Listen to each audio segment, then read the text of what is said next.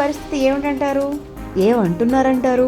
తెలుసుకుందాం. మొబైల్ మసాలా బారీ ఫిల్మ్ నగర్ కబుర్లలో మనం మాట్లాడుకోవాల్సింది తనకు వైరల్ ఫీవర్ వచ్చిందని, విచారణకు హాజరు కాలేనని యాక్ట్రెస్ హేమ గారు చెప్పడం జరిగింది.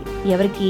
బెంగళూరు పోలీసులకు లేఖ రాస్తూ వివరించడం జరిగింది. రేవ్ పార్టీ కేసులో అరెస్ట్ అయినటువంటి 6 నిందితులతో పాటుగా సినీ నటి హేమ కూడా సోమవారం విచారణకు హాజరు కావాల్సింది.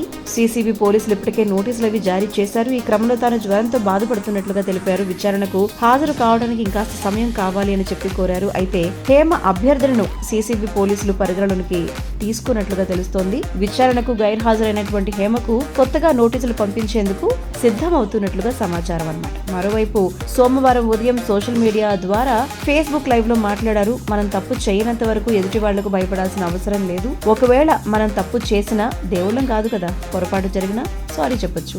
అప్పుడు మనం ఫ్రెష్ గా ఉంటాం. ఒక అబద్ధం చెప్తే దాన్ని కప్పిపుచ్చడానికి 100 అబద్ధాలు ఆడాలి. 99% అబద్ధాలు ఆడకుండా ఉండటం మంచిది. అందుకే నేను ఎప్పుడు హ్యాపీగా ఉంటాను. ప్రస్తుతం నాకు ఎలాంటి షూటింగ్లు లేవు. మరీ అత్యవసరం అయితే వెళ్తున్నాను.